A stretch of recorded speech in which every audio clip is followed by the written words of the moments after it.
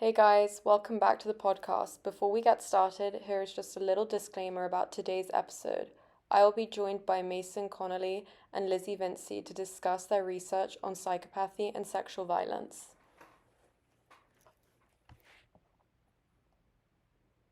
Sexual violence is a serious issue in today's society and one that affects many of us. Before anyone continues watching, I just wanted to warn you on what we will be discussing today. Although this is a difficult conversation topic, it is important to have these uncomfortable conversations in order to increase awareness of not only sexual violence, but mental illness.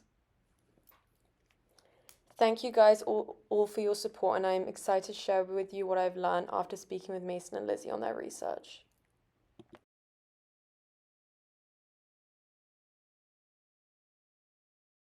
Hello everyone, welcome back to the podcast. Today I'm joined by two special guests, Mason and Lizzie, to talk about the link between psychopathy and sexual offenders, risk factors, treatment, and recidivism. Sexual violence is a prevalent issue in society that occurs too frequently. On average, there are 463,634 victims, aged 12 or older, of rape and sexual assault each year in the United States. It is important to have discussions on this topic in order to mitigate the prevalence. So I'm excited to learn more about what Mason and Lizzie have found in their research. Yeah, thank you so much for having us. Various studies highlight the importance of considering mental disorders, especially ones such as psychopathy, as a contributing factor to sexual violence. That's really what we've been focusing on in terms of our research. Just to kind of clear the air of what psychopathy actually means in terms of what we were studying, it's a mental disorder characterized in part by shallow emotional responses, lack of empathy, impulsivity, and increased likelihood for antisocial behavior. There's obviously various definitions, but that's kind of the one that we stuck with our research.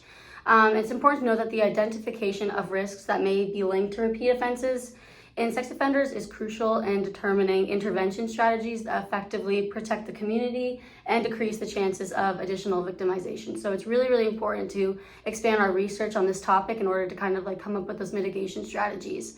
So today we're really here just to address the issue at hand and help generate a better understanding of what psychopathy is and what leads to sexual offenders to reoffend, and figure out the best ways to treat them in order to decrease these prevalence rates, especially because with sexual offenders, they kind of get a bad connotation, but there's actually just a lot that goes behind the scenes in terms of what gets them to where they are. And so that's just kind of what we wanted to highlight on in our research. That sounds great. So what are the types of risk factors that you guys were able to find in your research in terms of sexual offenders? So two ones we'll be focusing on are mental illnesses and then child abuse, but we'll get Mason to start us off. Yeah, so basically mental illnesses are really important to evaluate as a risk factor for sexual offending. There are several studies that highlight the importance of this evaluation. So one study has found that 92% of sexual offenders had at least one mental disorder, and then similarly another study found that 95% had at least one mental disorder, but they weren't to very severe degrees. They were very basic mental disorders, nothing like psychopathy. But the study importantly concluded that mental illnesses that are on the less severe side don't really pose as a risk factor, but other research that we're going to get into later lends support in that more severe ones like psychopathy, which is what we're focusing on, does actually act as a risk factor. Again, just to redefine psychopathy, it's a mental disorder characterized by shallow emotional responses, lack of empathy, and impulsivity. And now that I've redefined psychopathy, I can begin to address the prevalence of psychopathy in sexual offenders. So the most important research that we've kind of looked at has highlighted how deficits in interpersonal and social functioning can bring out traits in sexual offenders, and they contribute to sexual violence.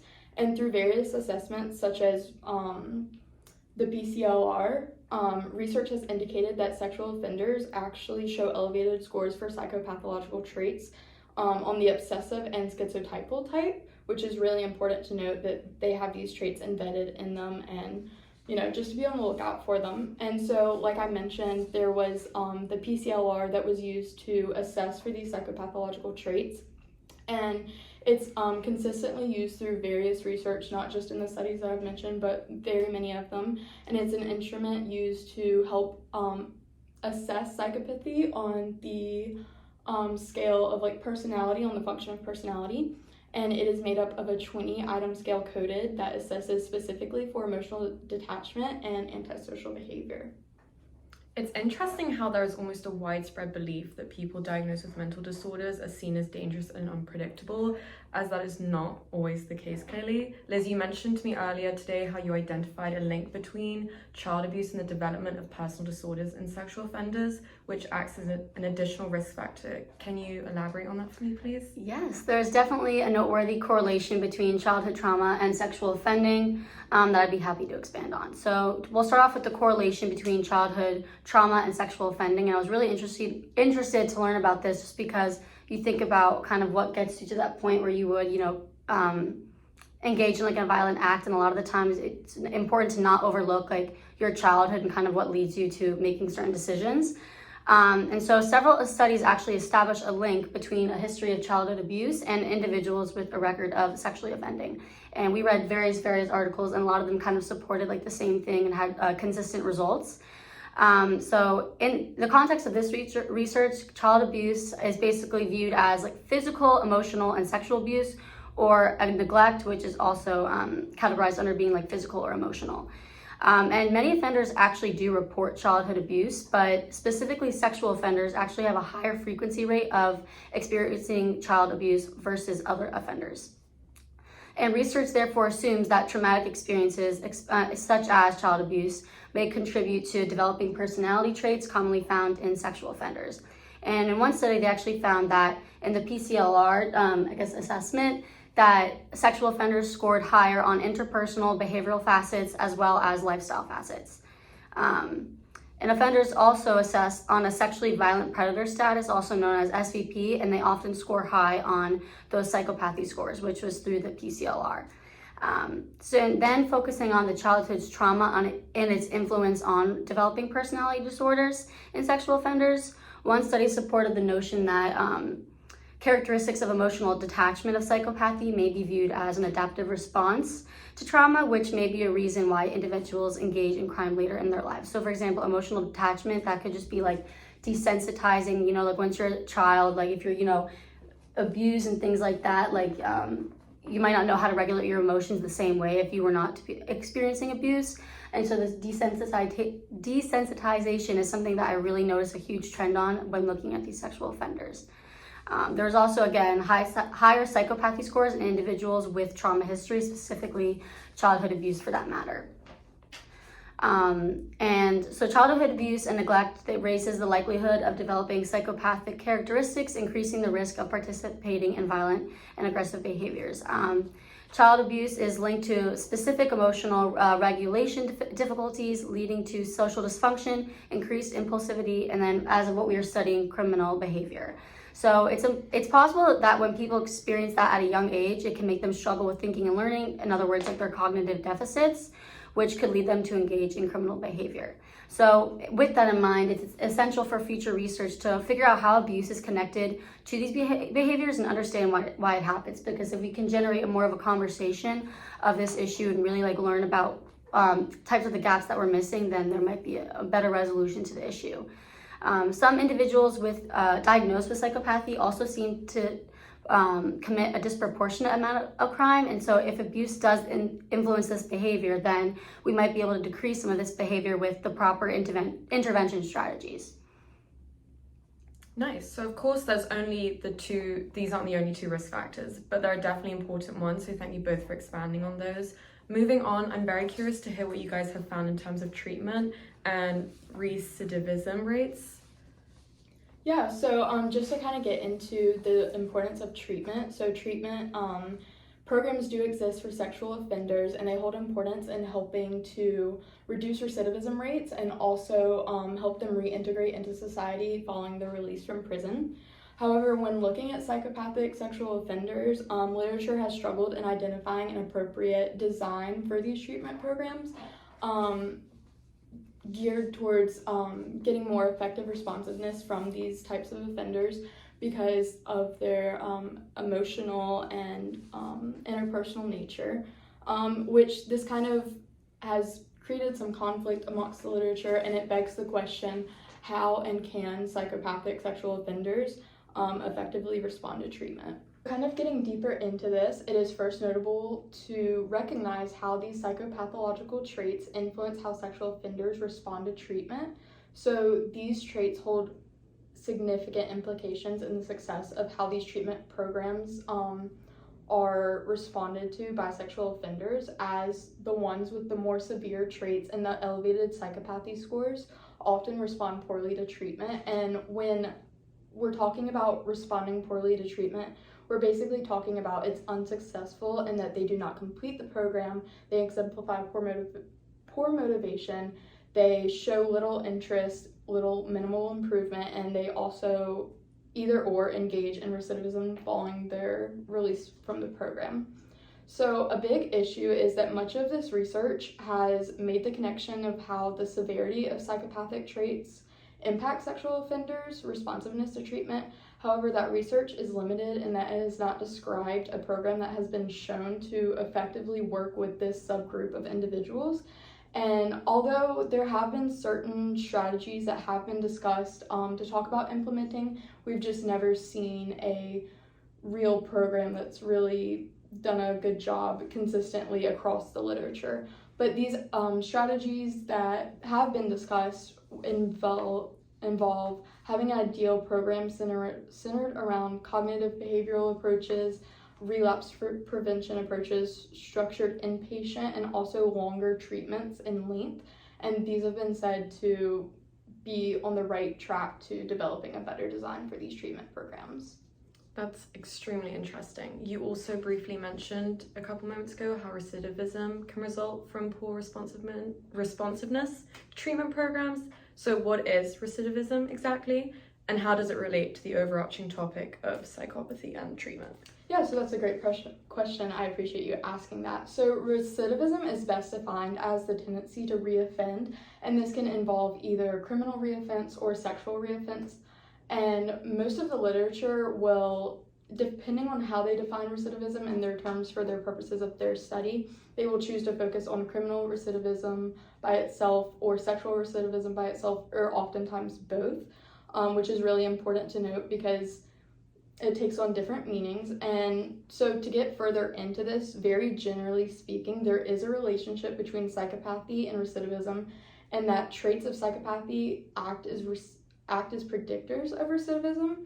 And much of the literature has supported this, and it was specifically found that the traits of psychopathy within sexual offenders moderate treatment outcomes, which in turn can be utilized for risk assessments, and they act as strong predictors for rates of recidivism. And then kind of expanding more on this, sexual offenders that exhibit higher psychopathy scores or elevated scores are often correlated with higher rates in recidivism when compared to their lower scoring counterparts, which is really important to notice and kind of sheds light on how these traits can be used to predict recidivism. But just given this, the exploration of psychopathy within sexual offenders is so important when identifying offenders who pose a risk for recidivism, or maybe just in identifying certain traits that help us identify maybe what could lend way to sexual offending. But more importantly, this exploration could also potentially open discussion on how to better design treatment plans for high-risk offenders in the efforts to reduce these recidivism rates. And we've kind of talked about some of those strategies, but we just haven't seen anything set in motion that has been really proven and set in. I feel like in such a short amount of time I've learned so much about this topic, so thank you. And I've really started to understand the severity of the issue at hand. What are future recommendations you have for research? So there were actually many within the different research. Within the different articles that we read, we found a lot of different recommendations just in terms of like things that like they think should be improved or things to be mindful of when conducting your own research. So one of the things was to investigate the correlation between psychopathy, deviant behavior, and non-sexual reoffending, because yes, there were the sexual reoffenders, but there's also non-sexual reoffenders that might have those same psychopathic traits. So it's important to also conduct research on that offender group as well, just to kind of be able to like gauge better numbers and things like that.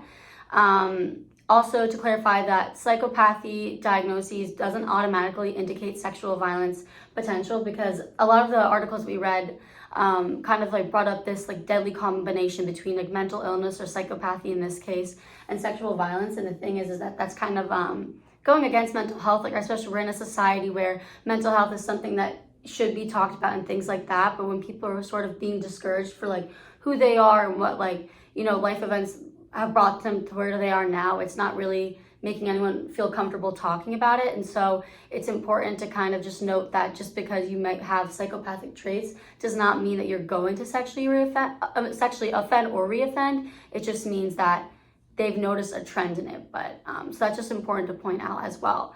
Next would be to exercise caution when conducting individual risk assessment and emphasize a case-specific approach, because every single sexual violence case is very different and might involve different people or different amounts of people, things like that. And so it's definitely important to kind of just like look at the individual assessment versus like a whole group, because it really is case by case. In addition, it would be important to explore the impact of psychopathy on sexual offender resilience and the ability to handle life challenges. And I think this kind of just goes to the fact that, especially when you're thinking about treatment and mitigation strategies, things like that, it's important to kind of understand that, say someone has psychopathy or has a psychopathic trait, what are their like approaches in terms of like dealing with resilience, or like what are their coping mechanisms, things like that. Because the more background knowledge and like understanding we can get of the issue at hand, it's really going to help that individual. Because again, with treatment too, it's very individualized. Just because you all might have the same mental illness or disorder does not mean that you're all going to react to a type of treatment the same way. So that was also something they really recommended in terms of treatment. Also, a lot of research studies emphasize the importance of finding more research on like the complex relationship between psychopathic traits and sexually offensive behaviors that for more effective assessment and treatment. And so that's kind of going off the same thing, but felt like to repeat it just because so many research studies really did emphasize that point, that it is very individualized. Also, to investigate the mechanisms that explain the link between abuse, externalizing behavior, and psychopathy. Because just because you experience abuse also does not mean that you are likely to offend or likely to, have life struggles. Like, of course, that is something to kind of go through, but that does not necessarily mean that you're set up for failure, I guess. If, you did have a rough childhood upbringing, that does not mean that you're any less likely to have a great life. It's just something to be mindful of, especially in the research.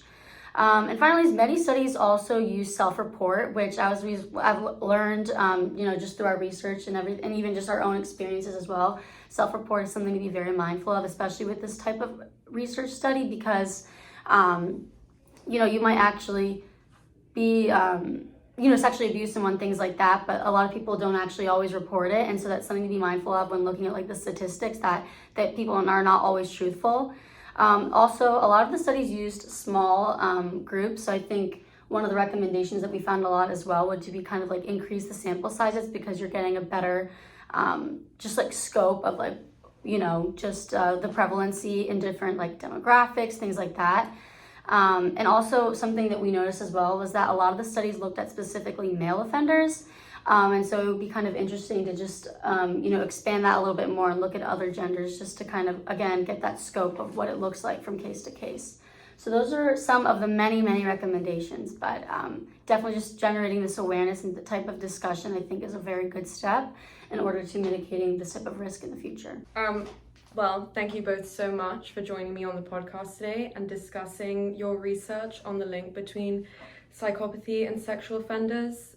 As mentioned, sexual violence is a prevalent issue in society that occurs way too frequently. Your insights have shed valuable light on this complex issue, the potential for better understanding and addressing it in the future. We appreciate your expertise in the field and the important work you're doing. Thank you. Thank you so much. We really appreciate it.